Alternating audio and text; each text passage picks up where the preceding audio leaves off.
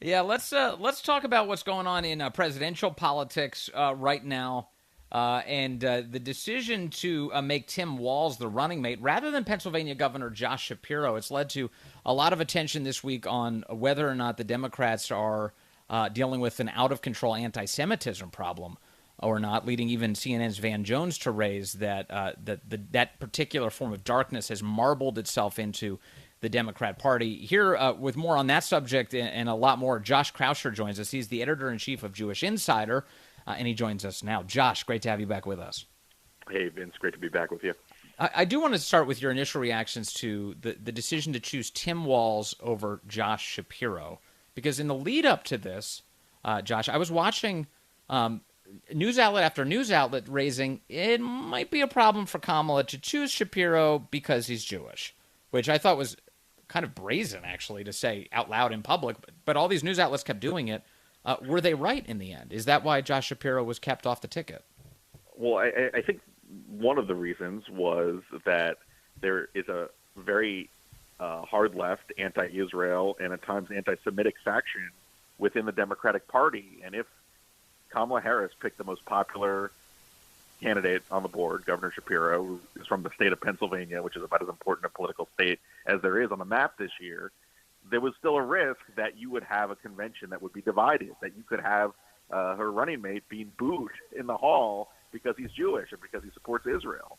There would be protests that would be pretty ugly. They're still going to be happening, by the way, but they could get uglier if she tapped Shapiro. And the threats that were being unleashed against Shapiro in the week before she made the decision were full of anti-Semitism, full of some ugly stereotypes and attacks.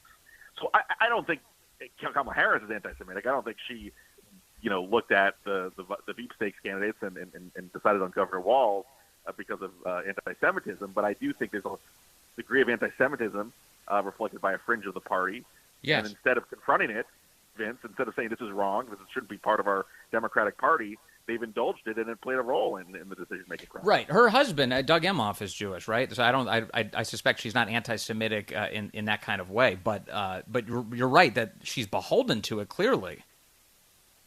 That's right. I mean, Doug Emhoff is Jewish, and some of this is about views towards Israel. There is a squad. I mean, just look at the squad members who lost the last couple months. Cori Bush this week and Jamal Bowman. They've said some of the most vile things, not just about Israel, but about Jews. They go hand in hand in many cases. And instead of saying, "Hey, this is wrong. This shouldn't be part of our Democratic Party. This is never the case." This is a pretty new development in terms of the Democratic Party. Yes. Indulgent of these extremists. She's indulged it. She's and you have Tim Walz too. He said nice things about Ilhan Omar, who's had her share of anti-Semitic comments in her short career in Congress. So yeah, and the squad is pretty enthusiastic about Tim Walz being picked as well. They were, right away, Ilhan Omar, AOC, and others immediately coming out and being saying that Tim Walz is a great pick. Yeah, and look, Tim Walz I covered him when he was in Congress. He sort of evolved in his political career, as a lot of Democrats have been doing lately, where he started out as a moderate from a rural district in southern Minnesota, and he got more and more progressive as he became governor and then got control of the state legislature in the last few years. And he's passed a whole, slate of pretty liberal legislation. And he was the governor during the Minneapolis riots. He got criticized by his own party, by the Minneapolis mayor, for how he handled the out-of-control violence that we all, covered at the time, Vince. The lack of leadership, the lack of controlling the riots and violence in his home city, yes, home state. That's a big vulnerability. I actually expected the Republicans to be a little more aggressive on that front, but that's something that's going to be something we'll be hearing a lot more of. About well, sure. And he didn't deploy the National Guard until the 3rd Precinct was burned down in Minneapolis, which was an awful image that all of us watched across the country. The suffering only continuing in Minneapolis, and he didn't respond to it in any meaningful sense. And he offered mealy-mouthed excuses when he was confronted about this. He said, "Well, we would have done things differently." Yeah, look, and on criminal justice issues, he is someone on the left side of that divide. He has been someone who has not, he hasn't called for defunding the police, but he's sort of been indulgent of those types of views within the Democratic Party. So, that is a vulnerability he has. He certainly stylistically is a folksy southern Minnesota former football coach, served in the National Guard, though that's becoming a little bit more controversial lately, but he has a great biography that appeals to blue collar people on paper, but his record, especially as governor, has been very, very progressive. Nobody told you to say folksy, by the way, right? You didn't. That talking point was not served to you by the DNC, was it?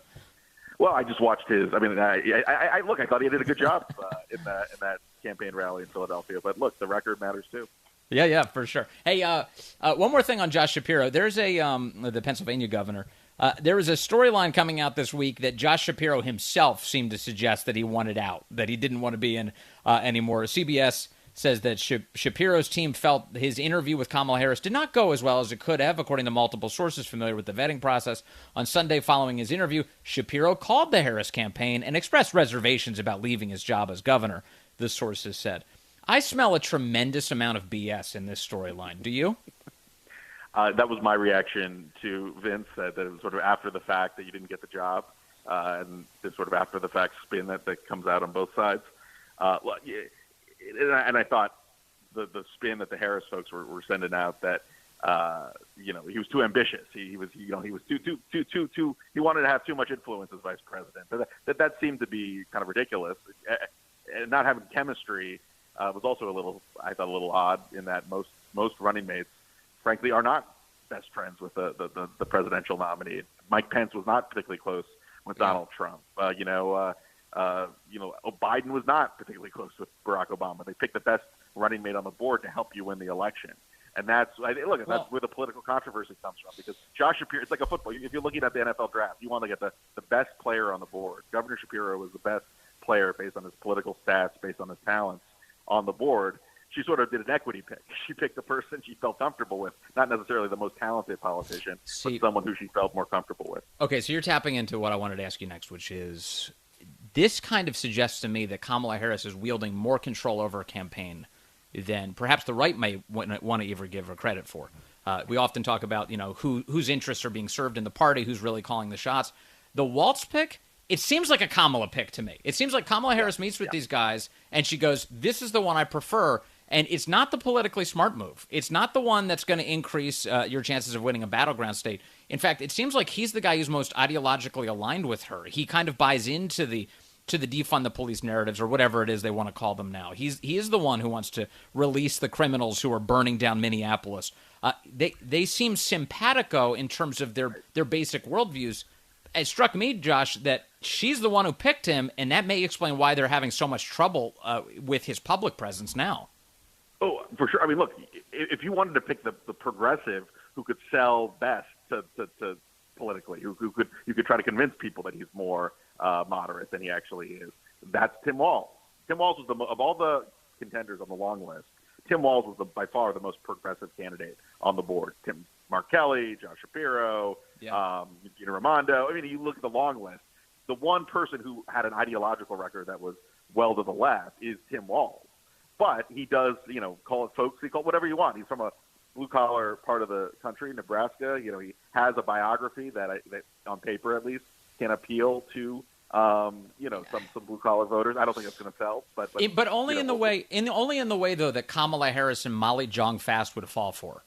You know what I mean? It's like the rest of the country's like, I'm not falling for this crap. But if you sit inside of MSNBC green rooms, you might be like, man, that guy's so folksy. Well, and I think the record in most recent political history is that if you're the governor of a state that's burning down and you take positions that are just culturally out of the mainstream on a whole host of issues, that can matter more than what you look like, right? I mean, ultimately substance does matter. So it does feel like these last few weeks, Vince, vibes. It's all about vibes, right? It's all about. She's not done an interview. The vice president hasn't sat down for an interview. Donald Trump did a press conference this afternoon.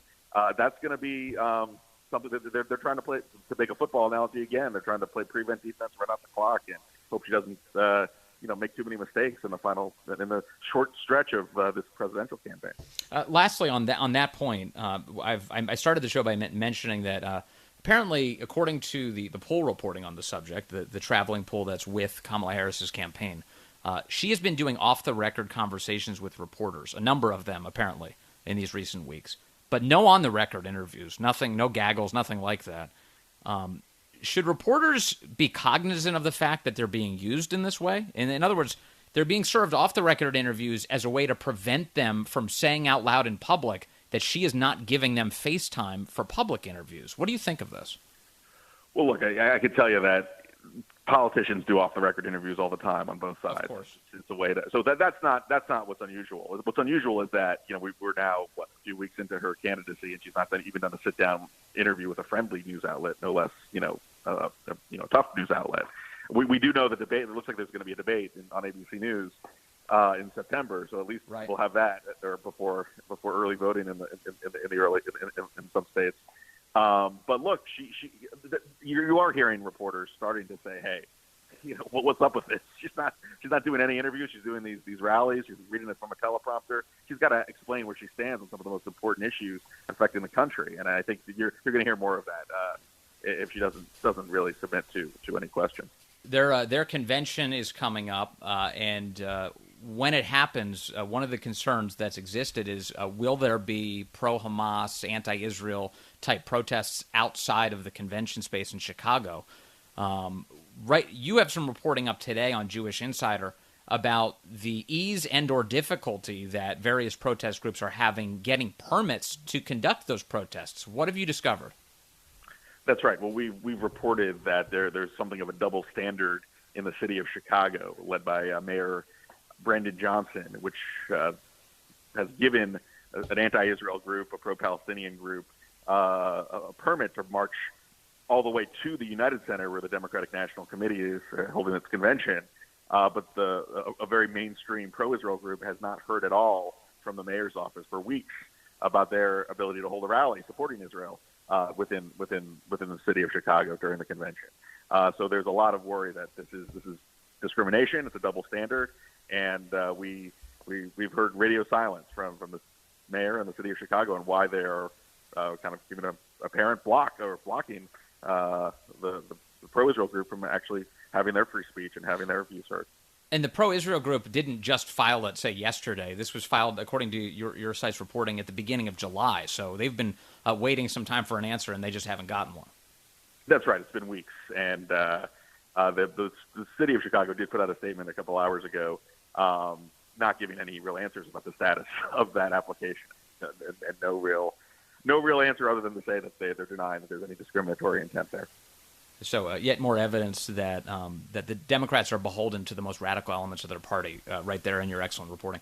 Josh Kraushaar, as always, really appreciate your insights and your excellent news operation, Jewish Insider. Thank you, sir. Good to talk to you today.